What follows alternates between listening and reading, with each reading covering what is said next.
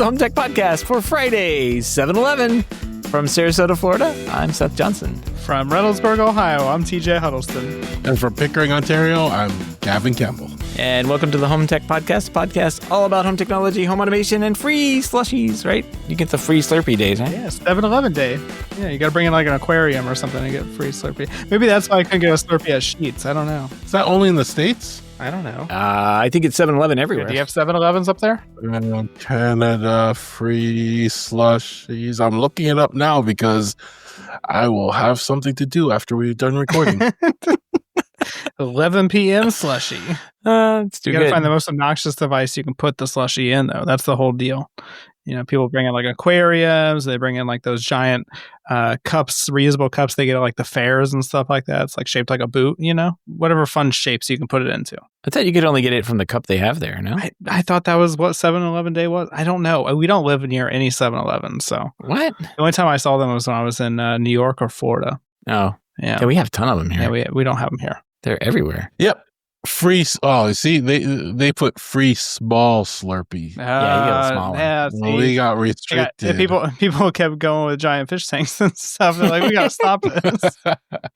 Yeah. Oh, well, not worth it. We do have 7-Elevens. They're not that popular, though. No. Yeah, I wouldn't say they're popular either here, but they're we have everywhere them. there, though. Yeah, exactly. Well, speaking of popularity, happy Prime Day for those who celebrate. It's going on right now, and I guess I have some things in my cart that aren't exactly a discount, but the best I can tell, they save a few bucks on them. Gavin, did you get anything today for your Prime Day? I got a few things. Just like every Prime Day, I usually create a list in advance of like stuff I usually want to just stock up on. You know, you want to stock up on some batteries. This is the perfect day to get your batteries, right? And then every now and then something pops out. The one thing, and this is a non-techie type thing, but it's something I really wanted, and don't laugh, it was a steam cleaner. Those are good. I used to have one that did the floor, but I got a little small one now that I won't do the floor with. I got a bigger one, the floor model, you know, at the handle and everything. And I always wanted one, and I just never got around to it. And I ran across a good one on sale. So I spent a bit of money. I picked that up, and, you know, I can cross it off my bucket list now and move on. Yeah.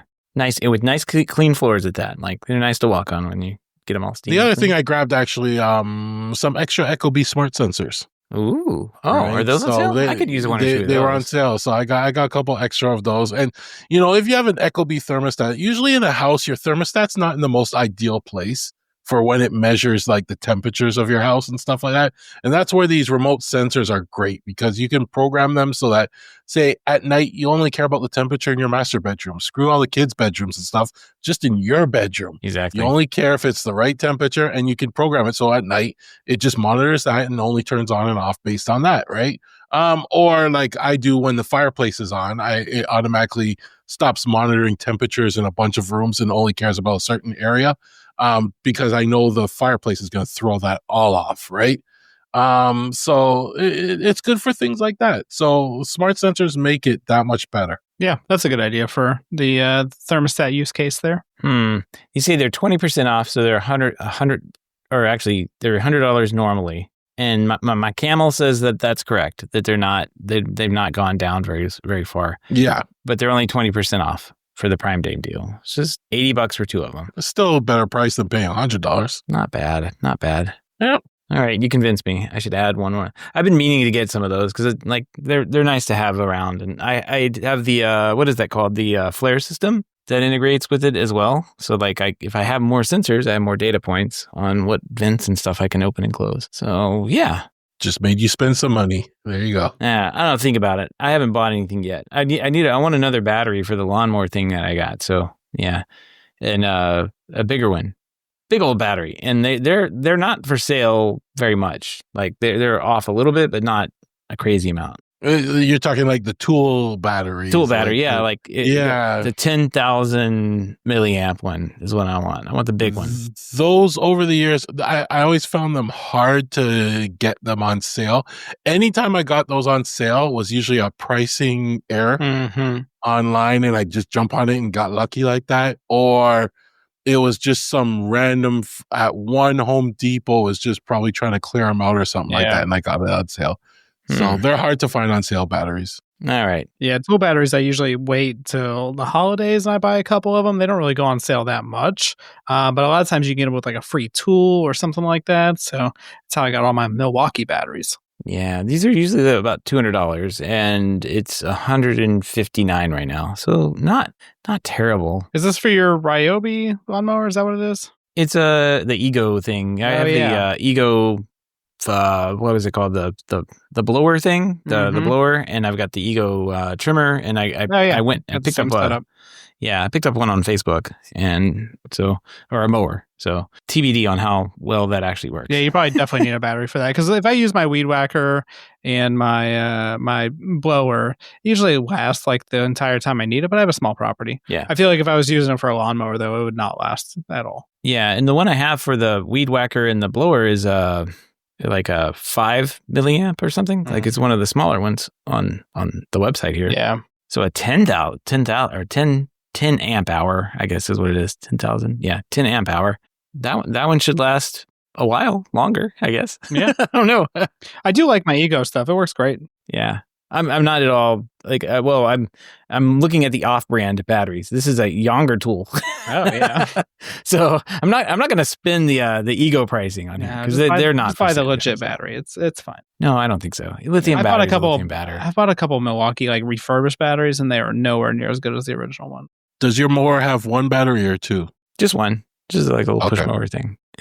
The other battery, like TJ's saying, like it drains down pretty quickly, especially when you use a blower. That's what usually does it in. I usually can weed eat the entire property, and then I pop it in for the blower, and I don't know, get like 3 or 4 minutes out of it, and then it's like, yeah, no, you need to go charge, and so 30 minutes to charge. So just need a bigger one. I've got fair skin. I gotta take a break anyway, so I do the weed whacking, let the battery charge up while I take a break, drink some water, and I come back out with a blower.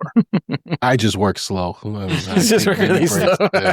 I take many breaks. I'm too cheap to buy another battery right now, so yeah. Well, I mean, I haven't bought it yet. It's still sitting in there, so I may reconsider. Click buy now. Click buy now. The other thing I actually picked up, not a Prime Day deal, but I upgraded the wheels on my Segway lawnmower. Oh, yeah. Oh, right. So I was programming it, and I have a little hill in the front, and it was struggling on that hill. So I'm like, you know what? Let me get the spiky rugged ones, right? wheels for it. Yeah, and let's see. I also found like 3D printable wheels online that are a little even more spikier. So if these wheels don't get me up that hill, I'm gonna go and print one of those and see if it helps. Navimo wheels for the X3. Yeah, the rough terrain kit is what I'm looking at. Those are for the I series, and yeah, they're not on sale right now. No. Yeah, $100. I don't know. I think I might wait on those just because I don't know. I feel like they need to be even more rugged than what I'm looking at here. I don't know. We'll see. I'll add them to the cart just to be safe, though. Add to cart. This is generally what happens to me. I'll come to my cart and I'll be like, there's 45 things and $3,000 worth of stuff. I need to trim that back a little bit. All right. It's there. It's there. What I also need to do is get some decals and stickers for this thing so it can look like really cool. Some glow in the dark eyes. Like that. Yeah. I still think I should find like a camera to put on there so we can live stream it and make thousands of dollars like that one guy was doing. It seemed like why can't I think of these things? All right. Well, that's that. Prime Day. Happy Prime Day, everybody. I hope you got something. Should still be going on when the podcast is released. If it may be released on Friday, I could get it ambitious and get it done and not. Who are we kidding? We're all friends here. Not sit on it for 2 more days like I did this time and remembered like, I haven't published a podcast and push it out. Yeah. Whoops. Sorry about that.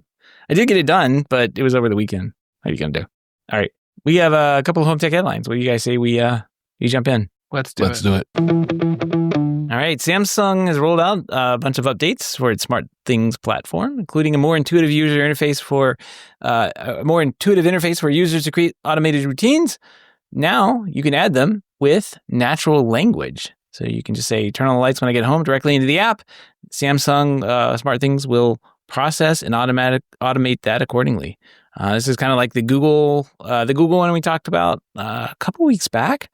Samsung says, me too. And I'm all for this. This is great. This like opens up. If you got the little smart products in your house and they're all there doing their thing, you can just tell your smart system to automate the way you want to automate. You don't have to go figure out all these crazy routines and how the things. No, it's just going to do it for you. That's great. I like it. Yeah, this is kind of what you want from a smart home, right? Like, you don't want to have to think, like, Home Assistant would be the perfect thing for this because Home Assistant automations are like overly complicated. There's just so many things going on with it that you have to know specifically which device to use. You need to know which kind, like what type of device it is, for example, if it's a light or lock or whatever it is. And with this, you could just be like, I just want you to automate those things and do it. And it's fantastic. I have a couple programs that kind of work like this. Like I use OpenPhone for my work phone system. And like whenever I schedule sending stuff, I can just say, hey, send this tomorrow at 9 a.m. And it does it. Like I don't have to type in like a specific date or time or anything like that. And so that part's nice. I really like that for AI. And if that comes to the smart home where you can just simply type in something that you want to do and it does it, I'm here for it. And on the Home Assistant front, I feel like they're going to eventually get there. They have and when to. And when they do get there, you'll have to explain what you want to do in YAML, but that's fine. You're like, no, 3 spaces. Yeah, exactly. Indent, double indent. But this kind of, I think the first I ever saw something like this, I think it was Josh AI. Was the first I saw them doing something like this. So, it's good to similar. see. Yeah. Yeah, they had something like this. It may not have been as powerful because I think they were doing it before this, like the Chat GPT type AIs, were out there. I think they had their own AI built into it or something like that, right? It was a simplified form. Right. But it's good to see this coming out. I'm all for it. So. Let's move over to the Pro Space. That was a little DIY space news. Let's see what the Pro Space is doing. And Crestron Home now is putting music control into the forefront of the smart home experience. I gotta say, I've been less and less impressed with what the Pro Space has been doing. And I don't know, juxtaposed to like being able to program your home with your voice in natural language. And then Crestron is updating 4.6 of its Home OS. It's focused heavily on enhancing the user experience in controlling music throughout the home. And I guess maybe there's a nice user interface that goes along with this. Not that you would know, because I guess that's kind of a secret. And you can only see this little rough screenshot of some items being checked off, like maybe Sonos did 10 years ago. I really don't get this. I honestly don't get this. But they also improved and simplified Dolly lighting control. They expanded the door lock support, improved intercom capabilities, and customizable touchscreen font sizes for helping you read what's on the screen. Yeah. There you go. I gotta say, like we were talking about this before the show, it really feels like the Pro Space, and I'm not just picking on Crestron, like let's just say everyone else is getting just left in the dust. I mean, just by the pace of the DIY products that are out right now. Yeah, and it's like, it's not even like everything, right? Because like you expect Home Assistant to go a lot faster with like everything because, they're open source and anybody can log in and make changes and do whatever they want to it. But it's just like nothing's happening in the Pro Space, right? We're basically getting some like new displays and some music stuff. And it's like, all right, well, everybody's kind of moved on past those things. Yeah. And occasionally we get a new remote and it's like, all right, cool. So you're selling a remote to 12 people that want a remote. That's great. It's just, there's not much there at this moment. Yeah. Maybe it'll find something, There's some consolidation going on. RTI was purchased. Who are they purchased by? It was like AV Pro. Yeah. AV Pro Edge. That'll be interesting to see if that works out to anything, and they're more pivot to like conference rooms and stuff like that. But as far as the professional, just consumer AV space, there's not much going on. You know what's weird is I was at what was it, Infocom a couple weeks back. I didn't really talk much about it. There is actually something we need to talk about because I did find a remote on the show floor. No. Yeah. You found a remote and you didn't tell us? I actually, I sent you guys a picture and Gavin was like, ooh. And then he saw the price. He's like, oh no. But it does look cool. I'm telling you, it looks really cool. Anyway, what I noticed from that in that space, every single video distribution system that exists also has a control product alongside of it. So it's like AV Pro is actually just playing catch up in that space. AV Pro just did video distribution stuff. They actually have some really cool like HDMI testing equipment that's kind of like a sister company that they sell as well. Like they've got really cool video and audio distribution products. And if you walked in and the CDA booth, you would see this stuff and you'd be like, wow, that's really cool. I could use this on many projects. But if you go to Infocom and you look around, it's like there were brands there that do video distribution and like conference room table, like what you're saying, DJ, conference room systems that have full on control solutions with their own touchscreens and everything.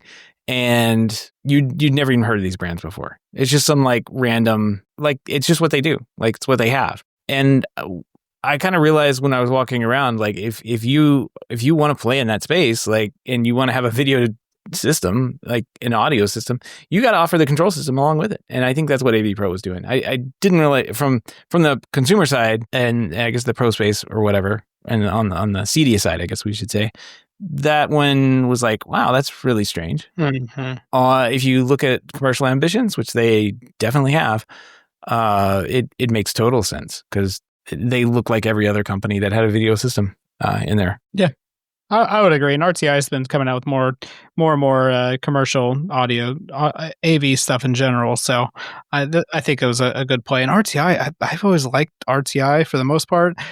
Software was a little more, I feel like, convoluted than it needed to be, but they worked on that with like Apex and some other revisions. Yeah. And I stopped playing with it around that time. So I always liked RTI though. Big remotes. Yeah, the best remotes though. They were solid. I'm not gonna lie, they were solid. They were nice. And URC had some like back in the day that I could count on, but like RTIs actually look good.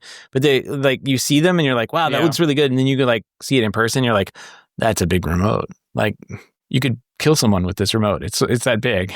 Like it's a very.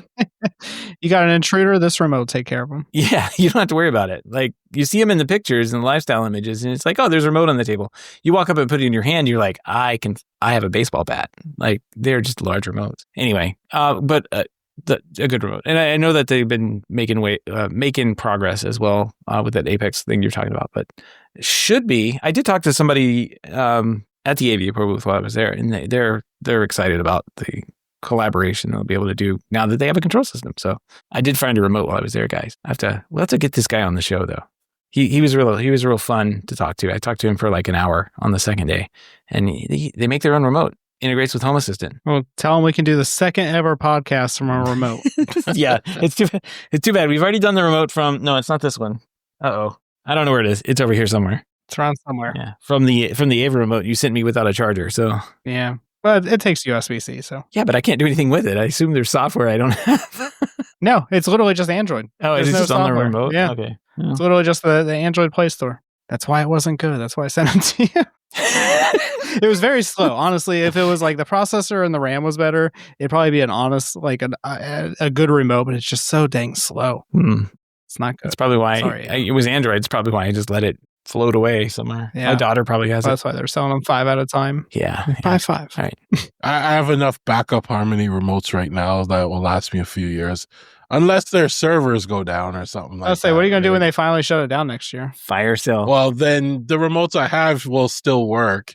I just won't be able to program them if I get a new device. And you just never have to get a device. Yeah. It'll be like 2035. Somebody be like, why don't you get a new TV? And you're like, I can't because my Harmony remote.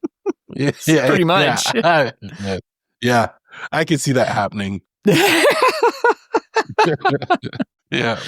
All right. Well, speaking of Nothing, Kef is actually partnering with Nothing for in making a collaborative product between the two brands. The headphone in parentheses 1, which I thought was a mistake on our show notes, but no, it's not. Nope. Is Nothing's first over-the-ear product and will debut under the Sound by Kef initiative. So these look wild. They're interesting. Weird company name though. I'll give them that. I thought I had a weird company name. $299. So if you need immersive headphones, Gavin, Kef's got Nothing for you. Convince me. Like, why is this Wow, I can't believe you just did that. Convince me why this is better than my Sonos headphones, huh? They work. They work every time? I don't know. Hey, my Sonos headphones are working. Oh, okay, never mind then. I don't know. Like, Nothing is an interesting company because they make originally they got their start with smartphones, right? And so they made an interesting smartphone that had a clear back and it had a little light up display thing on the back. It was kind of cool. All their products kind of look like this though, and I'm not a fan. Like these headphones, I think are ugly. Like they're already ugly because they're like a little square thing, right? They're not attractive in that regard.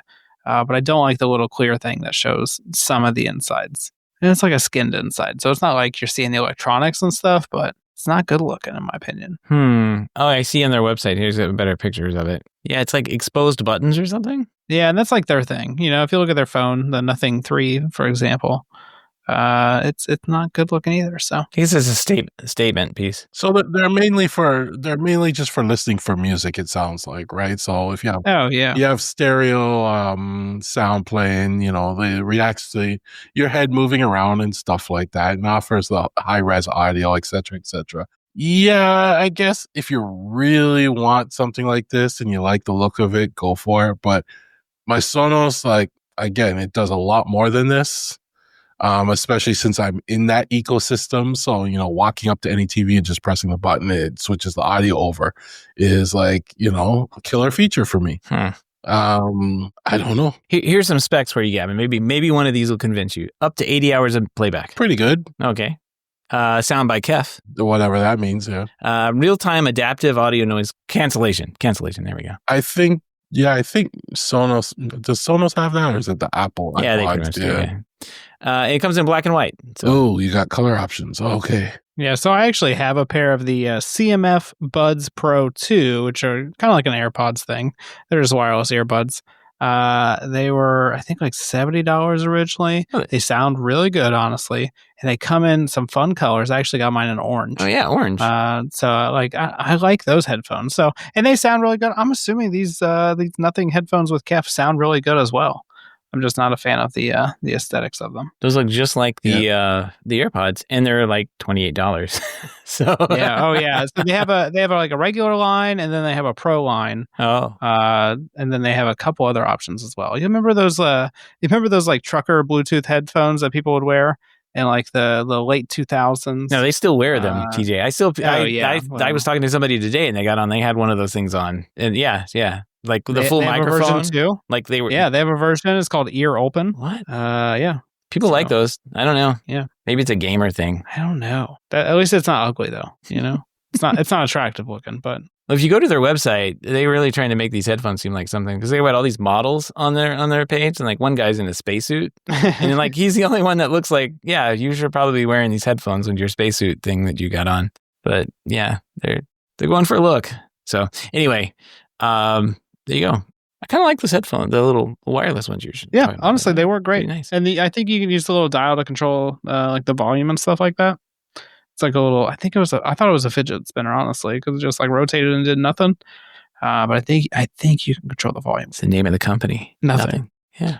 Nothing.tech. I don't see the little wheel you're talking about, and I'm just going to assume that the stem is the wheel, and you can just spin the stems around to do what you're talking about, because that would be fun. Well, if you click on, no, it's on the case itself. Oh, it's on the case. That's where you control the volume? Yeah. I think you can use the headphones too, but it's got a little dial on it too. Oh, that does look fun. Yeah. Okay. I use it as a fidget spinner. I honestly do not use it to control the volume. I just keep twisting it around, and I'm like, yeah, ADHD. There you go. All right. Perfect. Let's move on here. IKEA has gotten madder now. The Didgeridoo smart home hub, which I butcher every time. Didgeridoo. Yeah, Didgeridoo. Smart hub home. It now will function as a controller for Matter. So big news in Matter. And I swear, I think we're actually going to make a trip to the IKEA to go over there and buy something. I heard my wife saying, we need to go at IKEA. My daughter's never been, so it's going to be fun for her to go in. Ooh. Yeah. Like, how far are you from an IKEA? I would say we were good, like solid 45 minutes. Oh, that's not bad. And it's not bad. It's also not a fun drive.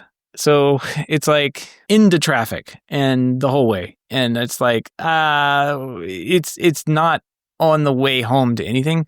But if we make it like a destination trip, we go up there, swing in. We used to swing in like on the way to a hockey game or something, and then buy stuff and toss it in the car and then go to the hockey game. But I think this time we're gonna go up there. And I might take a look at some of the IKEA smart home products because they're pretty good. And I'll probably get some hot dogs and cinnamon rolls. And I have a couple IKEA smart home sensors. They're pretty good. Yeah. Motion sensors, really, but they work great. I have their blinds. Work great too. Nice. Zigbee blinds. Yeah. See if you can find any old Sonos IKEA stuff, since that partnership's discontinued now. Yeah. You might be able to snag some deals. Oh yeah, I have a couple of those speakers. Yes, I do. Yep. I have Yeah. those. Yeah, I was thinking about grabbing some of those. I'm starting to see them pop up on Marketplace now too. So it's like, well, maybe you should just get them over there. All right.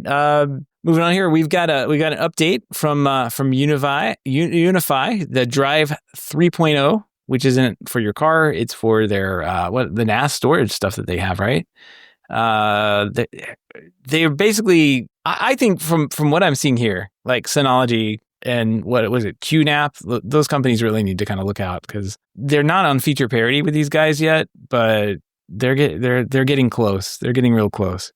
And now you can have all sorts of flexible RAID groupings. You can have an easy or as hard setup as you want, all through the nice little interface. Of course, it's all graphical. Looks really cool.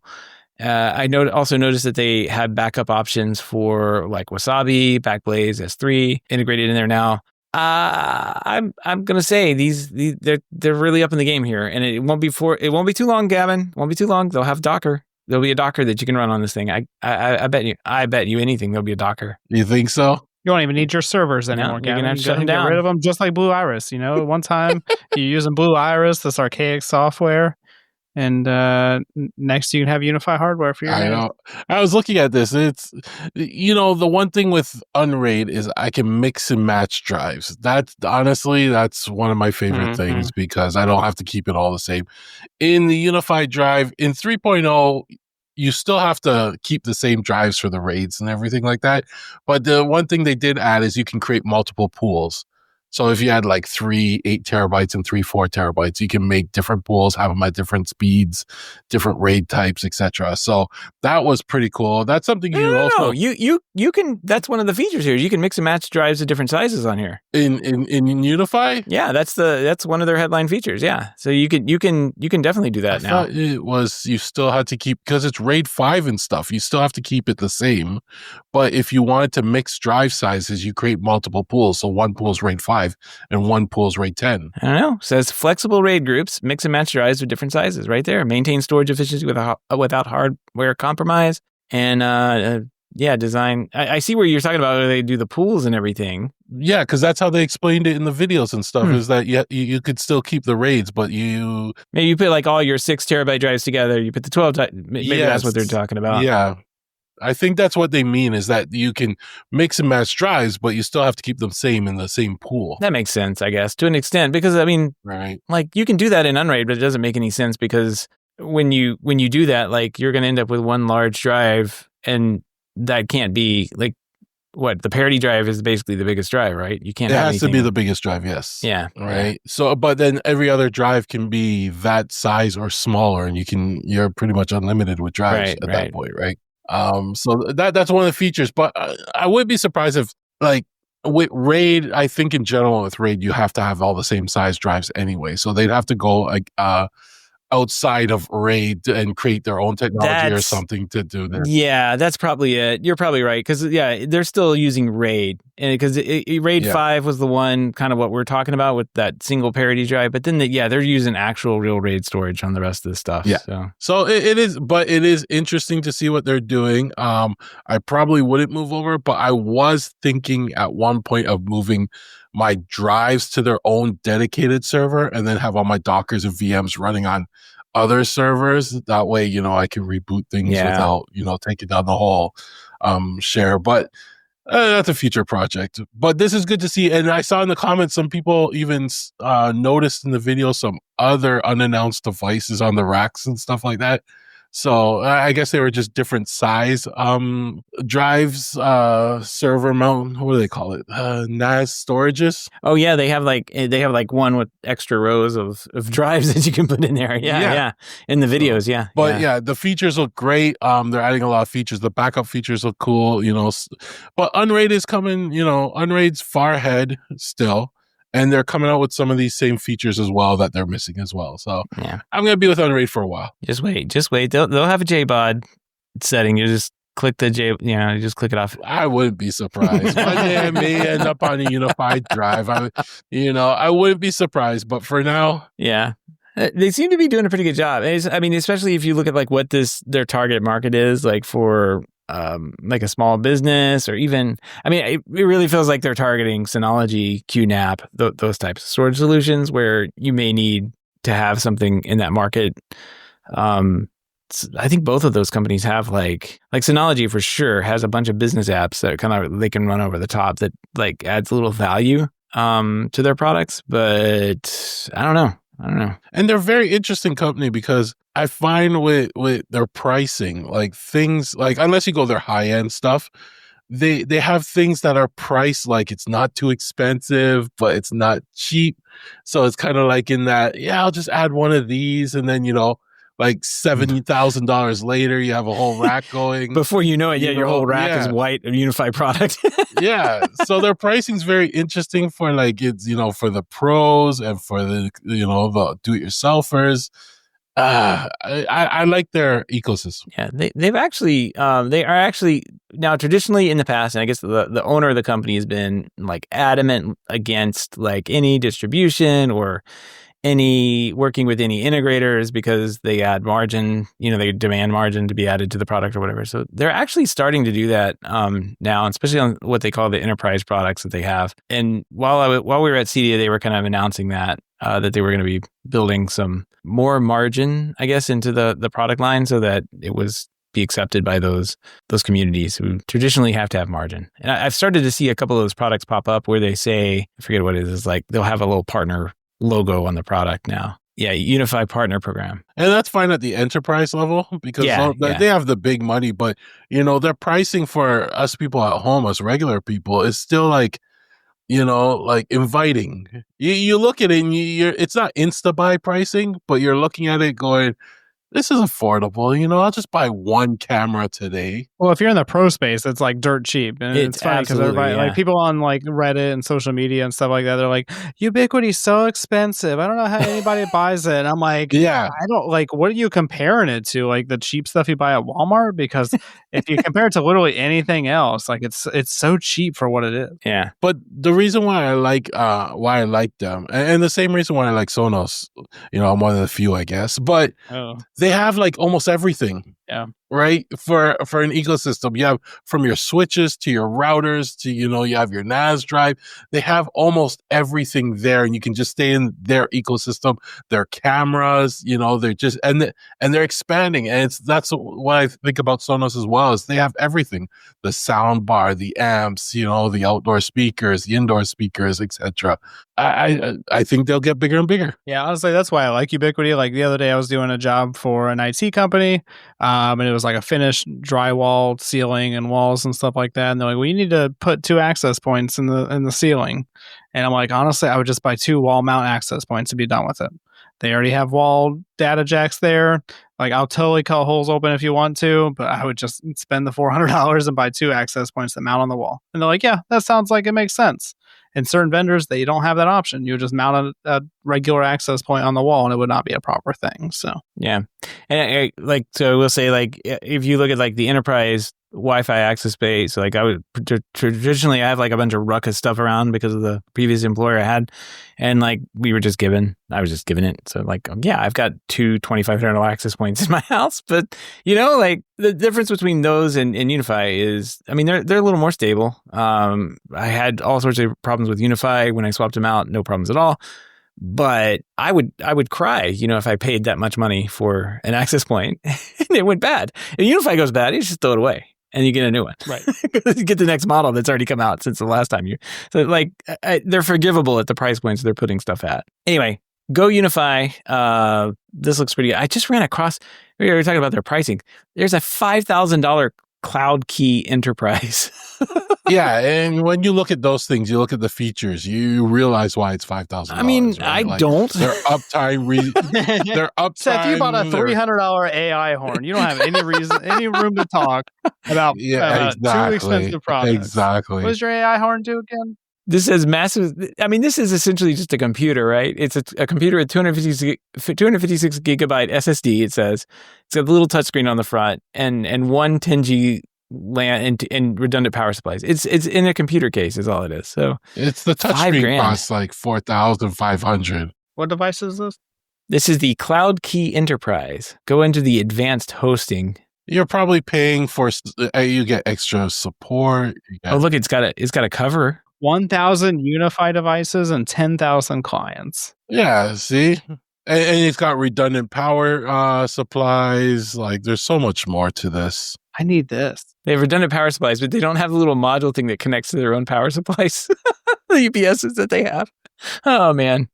You can tell this was slapped together. Not traditionally what UniFi would do, but you know what? This is probably not designed to be in a traditional UniFi install. So I get one, but their front doesn't match my current rack layout. Yeah, I was gonna say it sticks out like a sore thumb. It looks like the Dell like 1U server, right? That's what like yeah.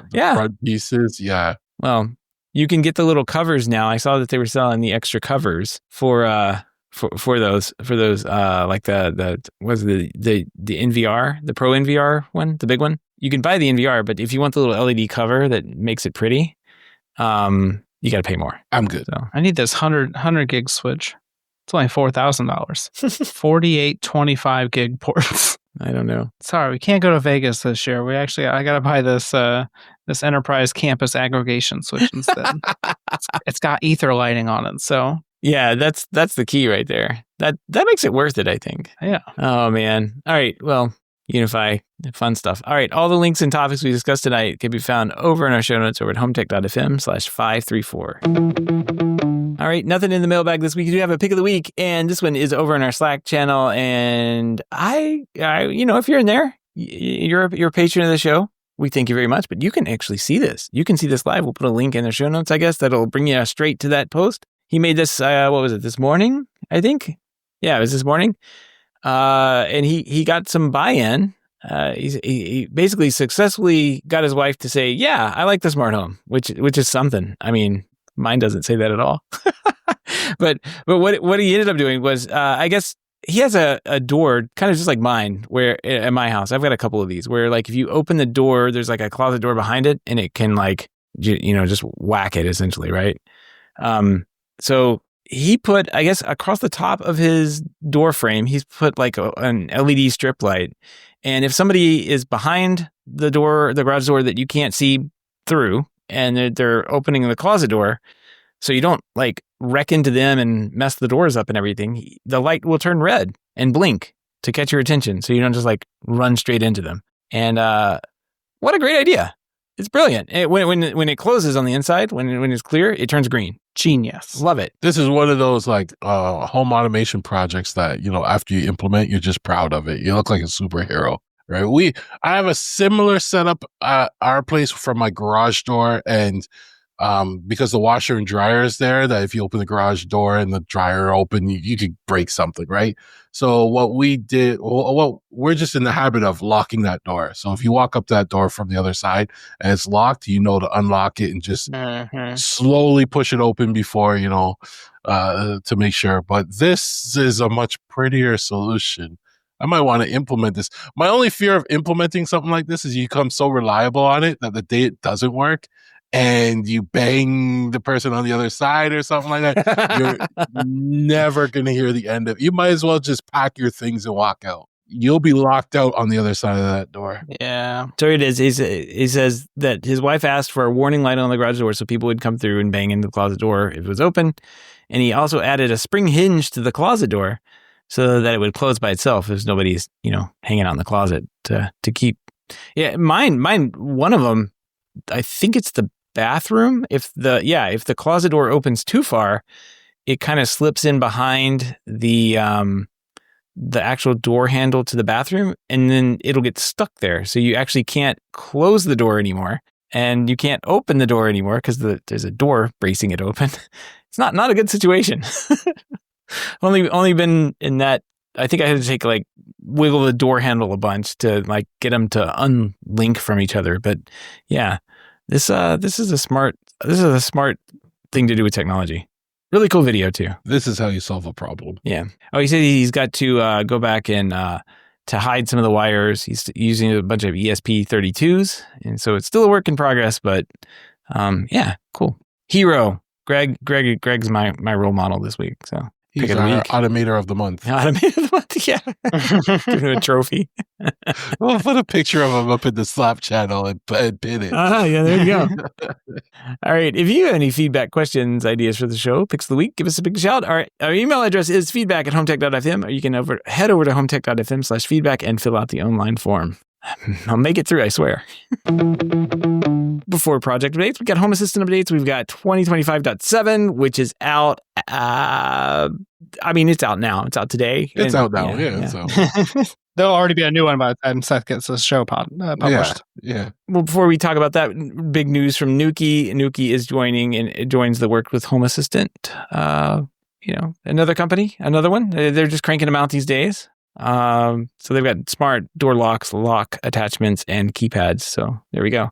2025.7, it's got some interesting things here. I saw editor enhancers. Gavin, what are you excited about this one? They did a few assist updates, so now you can automate, some flows using the assist and have it ask, like if you ask it to like open the garage door, for example, you can have it automate a flow to respond with which garage door, and then you can specify it and you can automate it and make it ask you questions and then, adjust the flow and the automation based on that. So that's pretty cool. I can't wait to see what the community really does with that. They updated the areas card. So the areas card is just a card for an area, and they added it. So you give an overview of the area, like how many lights are on and stuff like that on the card itself. So that's pretty cool. But what that kind of fed into was the areas dashboard that they introduced, I think, a few versions ago. So it's a new dashboard, and I'm watching this closely because every release, they're kind of like iterating on it and adding a bit more. And it's getting to the point where your default dashboard can be this areas dashboard and all your devices and things get automatically sorted into where you want it to be. So like the main dashboard would show all your areas, like all your rooms and stuff. And then when you click on the room, you would then be taken to another dashboard that has all the devices in the rooms, and they're sorted in certain ways.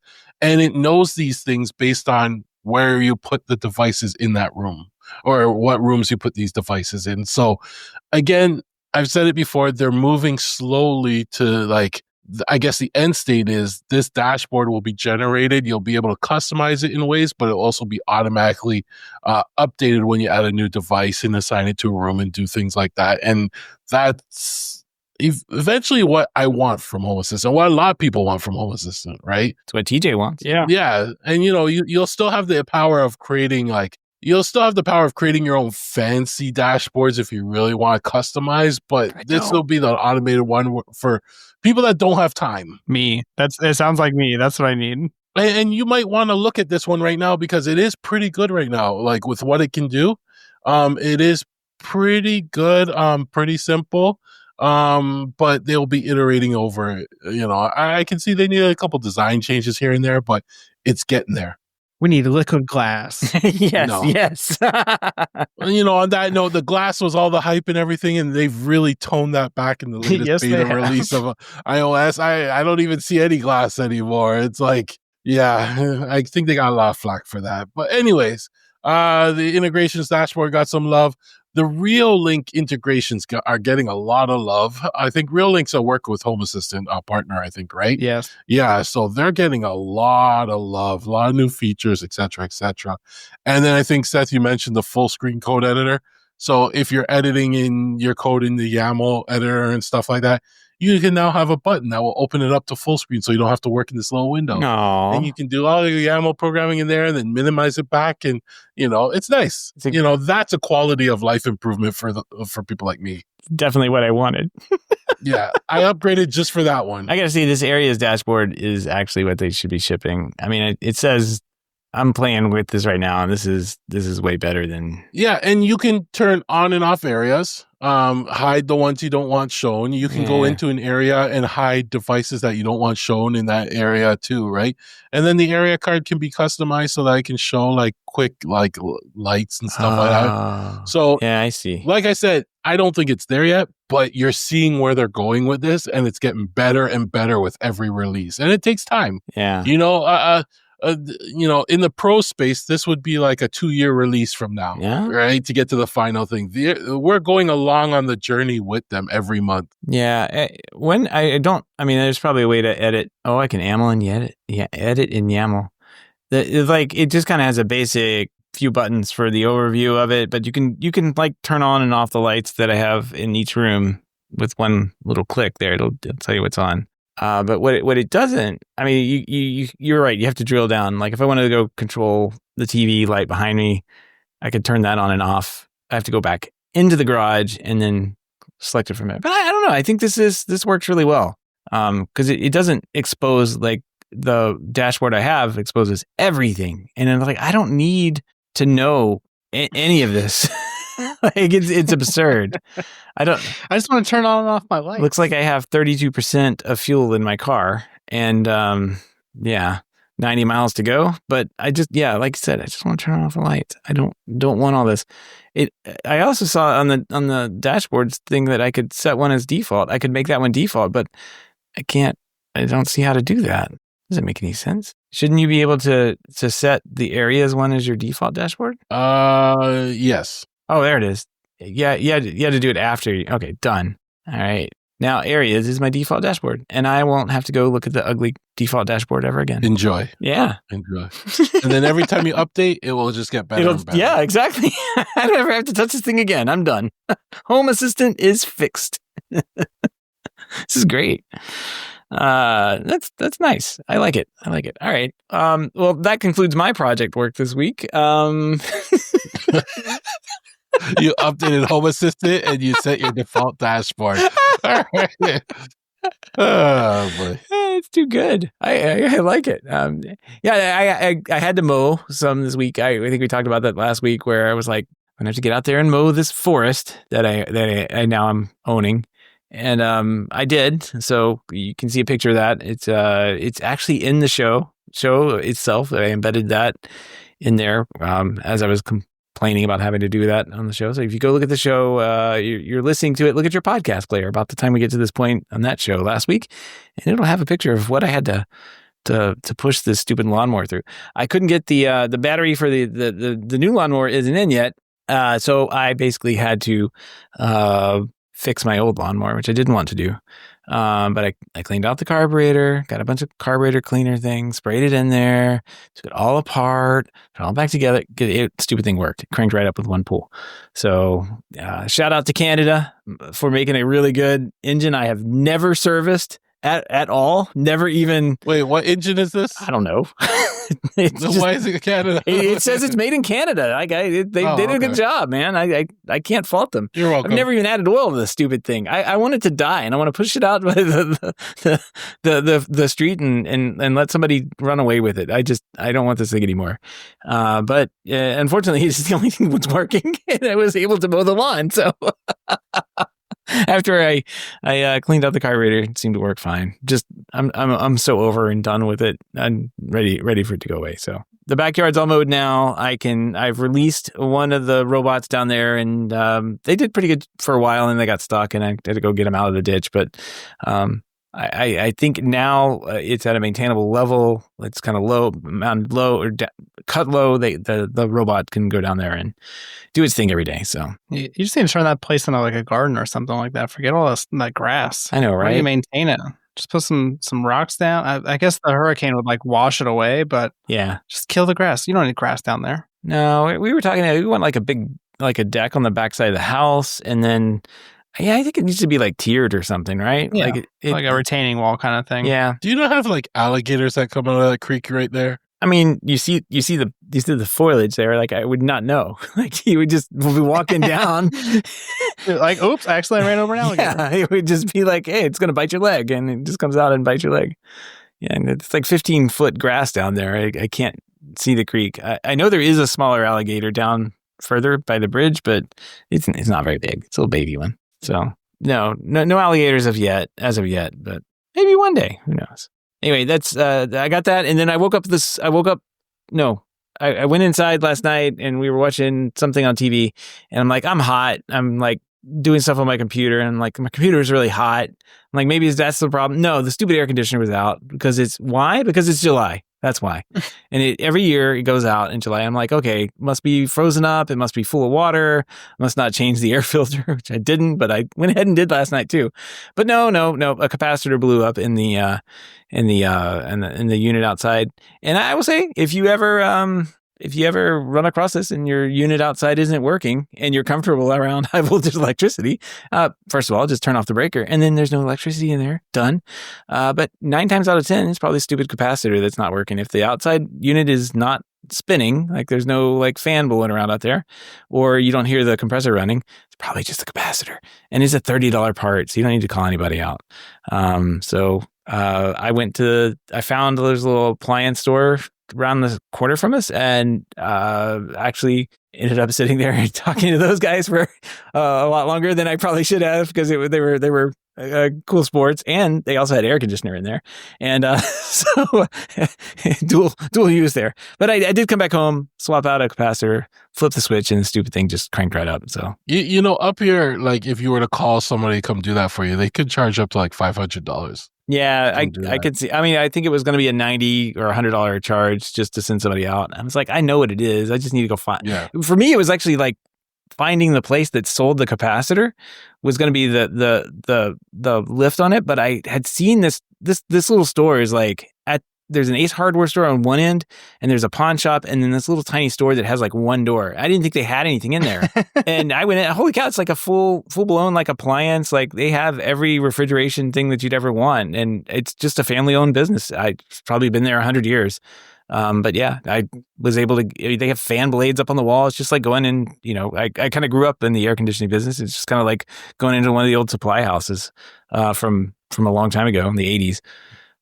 Yeah, I was impressed, and everybody in there was real nice and fun to hang out with while I was buying stuff. So good times, and we have air conditioner. So it's a good idea to always keep an extra capacitor. Somebody else in one of my friends' circles, they were talking about they always keep a capacitor and something else just in case something happens, and they had one die as well recently. And they were able to swap it out, and they're ready to go. You know, and they just order a replacement, and the replacement's like $40 or something if they buy like the original manufacturer one. But like Gavin was saying, they charge you a ton of money to come out because everybody else is calling them too. They're not going to come out for a couple $100. They're gonna want to charge as much as they can for it. Yep. Yeah. Up here now, they put people on service plans, so you pay monthly how much on your bill, and if anything ever breaks down, they come fix it. But your water heater will never break. Your water heater, your AC. Yeah, it's the same concept, but I mean, if you don't want to pay that subscription service, you can, just understanding how the AC works. Like I've done the fan, I've done the contactor, I've done the capacitor, right? Outside after that, you're looking at like the compressor, which you need specialty tools at that point, because you gotta pump the system out. Sweat off, pump them out and reclaim, and that you need specialty tools. But understanding those other parts, you could save a lot of money learning how to do it yourself. Yeah.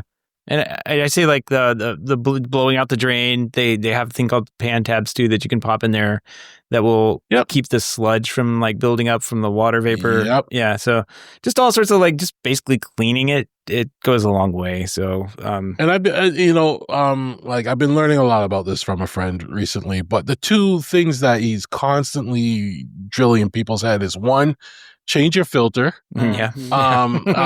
And to the drain, there's that pipe that goes from your down into your drain. Just make sure it's clean. And then he's like, always wash out the AC. Wash it out. Make sure it's clean because it breathes better. And do those three things, and it'll be much happier. Yeah, like the outside unit where it can collect leaves and stuff on it. Yeah, just go turn off the breaker. That's step one. Turn off the little breaker next to it, and then get a water hose and just kind of like spray. I would like spray down, because like sometimes you can spray too hard and it'll bend them shut. And you don't want that to happen. But it's like just spray down. Yeah, and that'll wash off the dirt that's just kind of hanging out in there.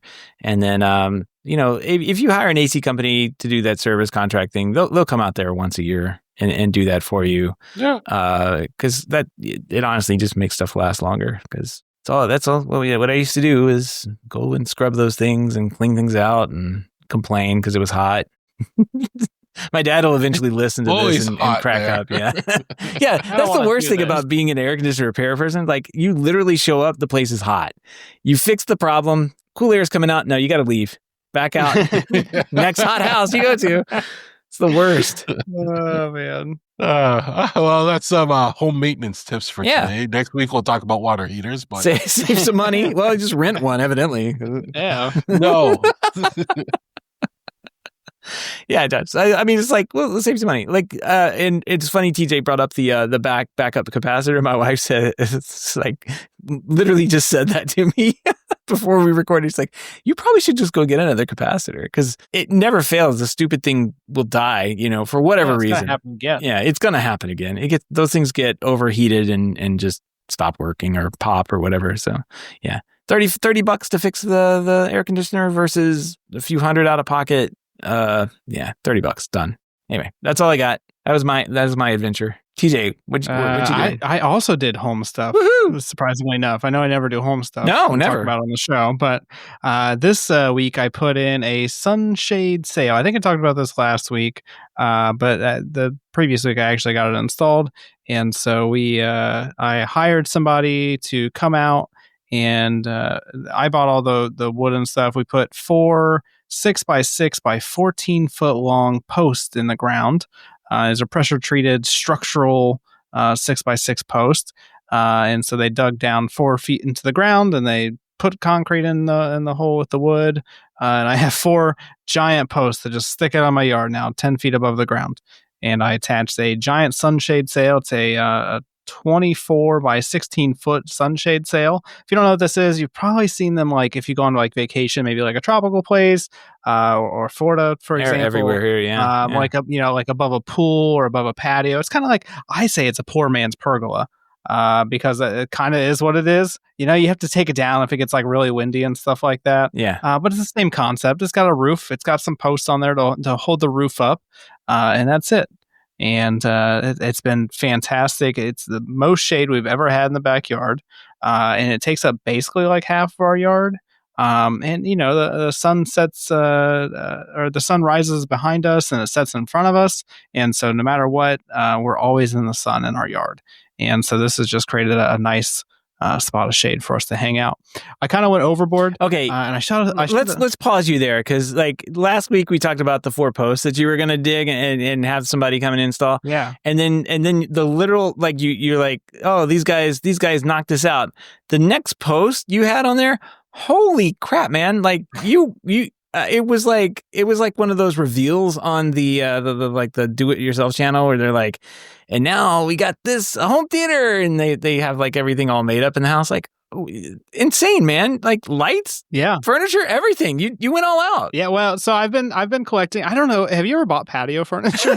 It is ridiculously expensive, isn't it? Yeah. You go on Marketplace, you get it for good price. Yeah. Even better, Gavin. I just drive around rich neighborhoods because that's my job, and people are always throwing away stuff. So this giant couch thing that I have, somebody was throwing that away. And it's got a little like mildew or mold on it. I'm going to scrub it off there. We've already washed it a couple times, but it's just like stained on there. So we're going to wash it off. Get a steam cleaner. They're on sale right now. I have one.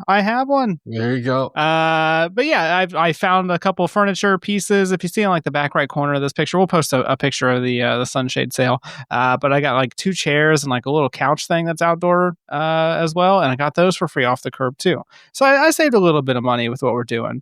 But yeah, I should have thought ahead because I was like, man, it would be great. Actually, Nicole brought it up. She was like, we should have a fan out here or something. Even and I was better. like, if I'm going to put a fan in, I need power.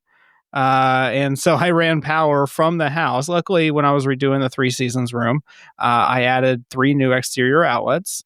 And so I ran some power from one of the exterior outlets to one of the posts in the sunshade sail area. And so I have 2 outdoor rated outlets already on the post.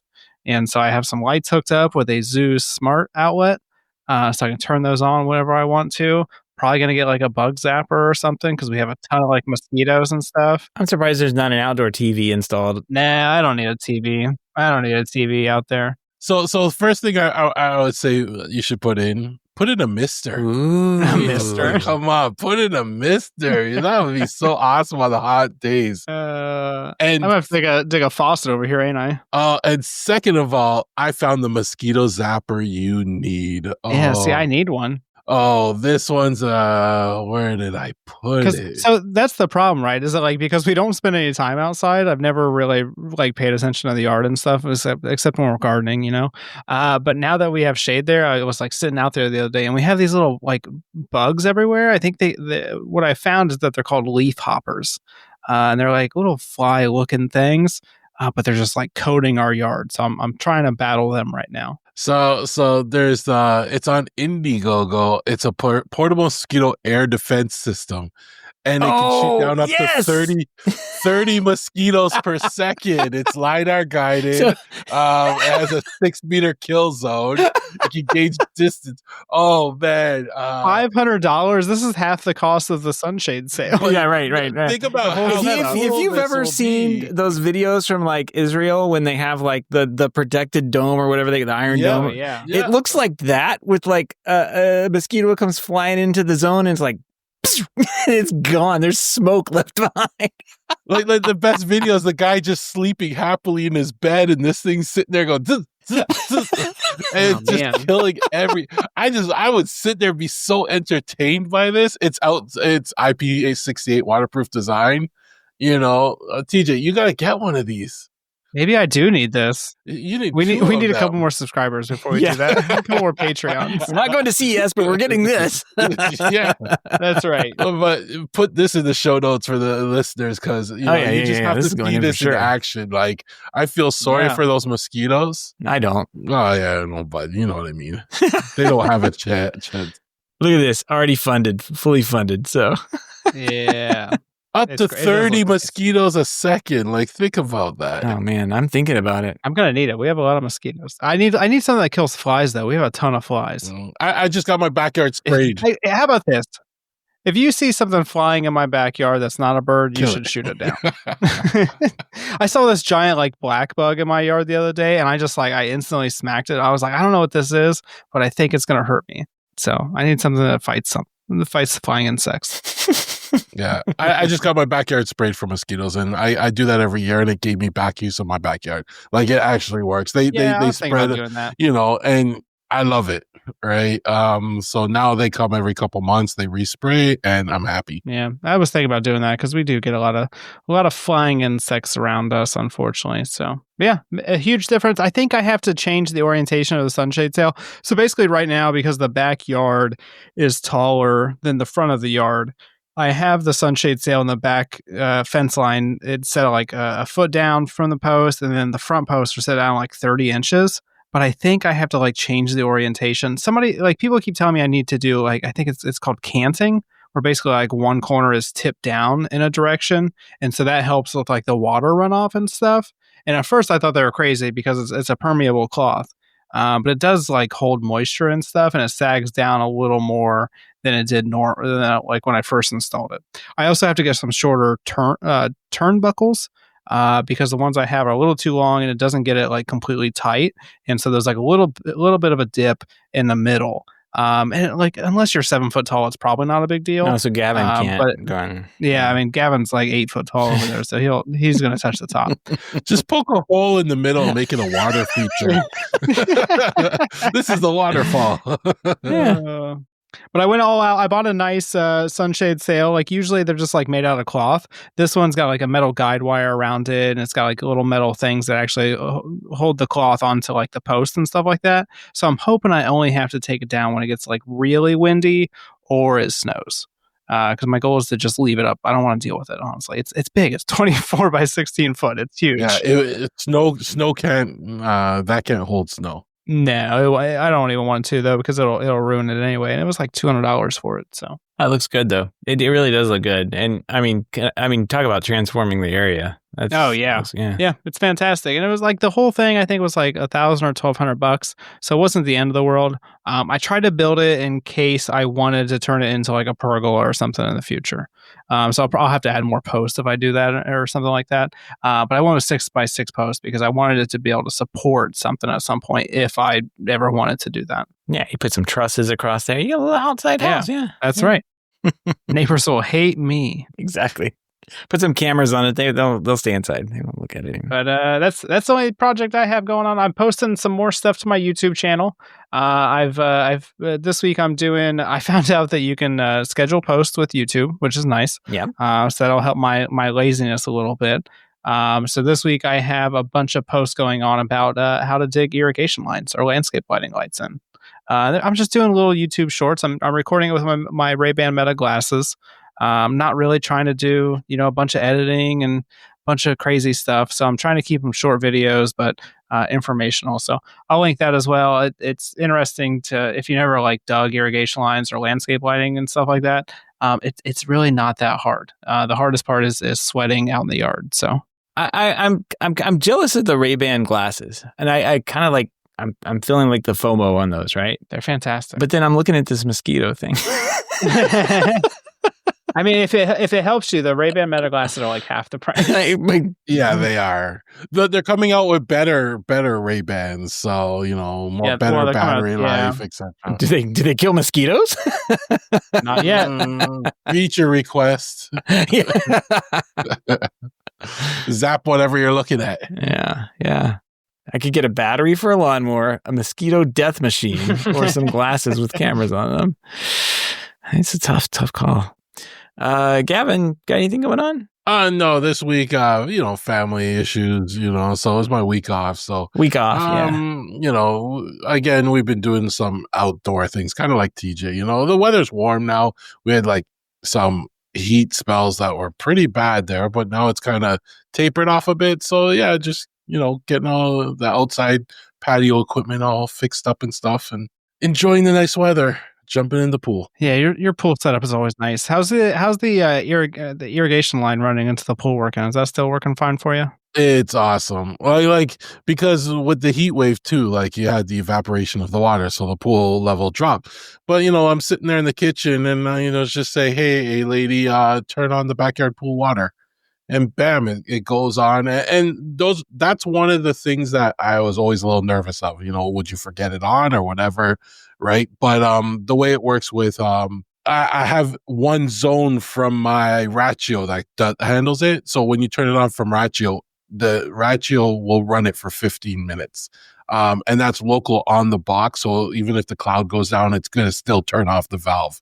Right. So I don't have to worry about it. But I do have extra safeguards in there, where a Home Assistant will make sure it's turned off, or it even notifies me every 5 minutes that's still running. I would only run it for 15 minutes or 20 minutes, if anything. Right. So I just put those extra safeguards in just to let me know in case someone else accidentally turned it on too. You always got to worry about that too, if somebody else accidentally turned it on and stuff like that. But it works awesome because then I just say that and I walk away and the pool level's topped up and it lets me know when it's done and I'm happy. Right. And then I say, hey, turn on the pool pump, and it turns on the pool pump, and everything's good. I live in a lazy man's world. Yeah. I love it. Brilliant. I keep staring at this thing on my desk that I'm supposed to use for Home Assistant, and it's got red lights on it because I guess I turned the mic off at some point and never turned it back on. Oh, you're talking about the assist? Yeah, it's just been sitting here. Oh. Yeah, I have the assist and I still just can't use it because it doesn't work when there's background noise.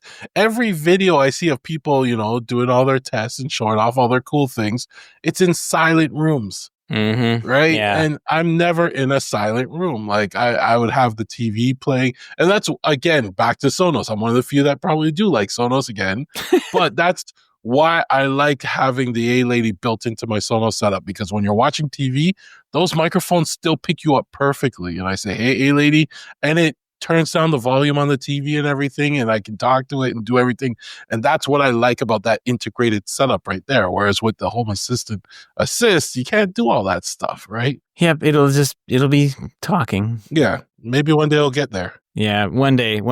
I was listening to the Home Assistant podcast, and they were talking about how they released a bunch of the reference designs for the microphones and everything, so people could make better products out of of the idea, I guess. So I would love if they reached out to Sonos and say, "Hey, can we build our assistant to here somewhere?" And give you another one and work with us. I mean, they have the backing of being the largest project on GitHub, right? Like they have pull. They have 2 million installs. They have pull. Yeah, they're definitely a large, one of the large players, especially in the DIY passionate space of people. And 2 million installs is large. I would argue that it's not one of the bigger ones at 2 million. I mean, it sounds like a lot. I mean, they doubled in a year though. So I mean, that says a lot too, right? So, projection wise. Yeah. I wonder like how that compares with, it's a big number, and don't get me wrong, like it's a big number, and from what the numbers that they post, it's impressive because these aren't like, okay, there's bigger systems out there. Like if we look at like SmartThings or even Apple HomeKit, and you say, okay, well, how many installs do those have? Well, millions and millions. And they may have like exactly. Well, they may have like one or two devices counted. Like I wouldn't say like the larger SmartThings installs may be bigger, right? But like, what is the average size of a HomeKit install? It's on every single iOS device out there, so the install is pretty big. But like, what's the thing? Like that, those numbers come from the HomeKit side of things, and I think it's a little more. I think that's what the manufacturers are looking at. They're like, well, there's 300 million of those phones out there, or whatever, and we only have to sell our products to a few of those people. Whereas like you have a Home Assistant, and they're like just floating in at 2 million passionate users. Let's just say that it's quite a few. Like it's still a big lift. Even with those numbers, it's still a big lift for anybody to commit to that. So I mean, I don't know. Like Sonos, they should be doing everything they can. Yeah, at this point, yeah, to make the community happy. And I think they would get a bunch of really excited raving fans if they did what you suggest. And I think it would be great. And I think it would boost both ecosystems, right? If anybody with a soundbar or something like that came with something like that, it would be great. And I was always confused with the you said with the HomeKit, it's on every it's on every phone or Apple TV or whatever, right? Like it's out there. Why didn't more people jump on that? And just did nobody use it? I would say maybe they did, but not in the way you think. Like maybe they have a camera hooked up, maybe they have a door lock hooked up to it, maybe they have a single switch or one of those light socket things they forgot about. But like it's not full of passionate users and people, So exactly. like home. If you look at Home Assistant and what they brag about, like how many, what was the average number of devices? Like 20 devices or something? That's incredibly high. Yeah. Like it doesn't seem like it is to you and me. Well, because when someone installs Home Assistant, they're installing Home Assistant. Like they're not just buying a little device and plugging it in and bam, it's there, right? They're actually setting it up and installing it and configuring it. So they will have devices and plans. And not just their printers. Yeah, exactly. and okay, you said 20 devices. Well, it's really 19 because everyone has that printer. Everybody's got their printers on there. It's ridiculous. Everyone's got their printer. Yeah. It's like I integrated my printer. Don't know why, but it's there. Well, today, during the Prime Day sale, I got a notification I need to order a printer toner. Well, perfect timing, Perfect timing, yeah. Yeah, there you go. Amazon has spent billions of dollars trying to do that with a voice assistant thing, and there's Home Assistant telling Gavin to buy money on Amazon. Yep, See, Amazon should be putting their efforts into Home Assistant, is what I'm hearing. So, all right. Well, anyway, I think that's going to wrap up this week, everybody. We do want to thank everybody for listening to the show, but especially want to send a big special thank you to everyone who's able to support the show financially through our Patreon page. If you don't know about the Patreon page, head on over to HomeTech.fm/support to learn how you can become a patron over there for as little as $1 a month. But if you pledge over $5 a month, you get a big shout out here on the show, like Jason. Jason, thank you so much. Woo! He slid in there and pledged $5 a month. I think he came in and he said that we're worth a coffee every month. And you know what? He's right. That's really nice of him to say. He's already been participating. Yeah. Some people just join and they never do anything. He's participating. It's a good channel to be part of. His comment sparked a whole coffee conversation in our Slack, and I learned something new. Was it Kenny in there that was sharing pictures of his Oh coffee yeah, creations yeah, with and little stuff, pictures on them. You Yeah, know, like I was feeling fancy with my little frother on my Nespresso every morning when I put it all together. And then he showed some pictures, and I went I quiet. got nothing. I got nothing. I can't compete. I'm glad Kenny doesn't have any pictures like that fireplace we saw the other day. I think that would make a good coffee. I'd probably buy more coffee. I'd sip that coffee slowly. I gotta stop. I'm gonna say something. I guess I can edit out. Adult show. Yeah. If you've listened this far in the show, you've caught the unedited. Stop licking the foam off, TJ. Just drink the coffee. All right. Anyway, back to thanking Jason. Thanks, Jason, so much for entertaining us here at this late hour. But if you can't support financially, totally understand. We just appreciate a 5-star review or a positive rating in the podcast app of your choice. That's going to wrap up the week here on Home Tech. Everybody have a great weekend, and we will see you next week. Till next time. Take care.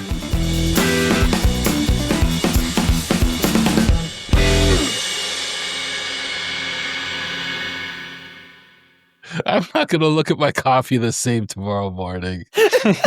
Thanks, guys. I wonder if I can get ChatGPT to make that cover art. You probably can. Combine this fireplace with a latte. I'll just take a picture of my coffee tomorrow morning. Because I just pour the foam on top. There's no design. It's Oh my God. yeah, my frother just skeets all over my coffee.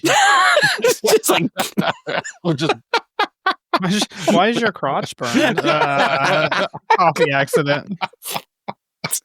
God. spilled coffee everywhere. Yeah.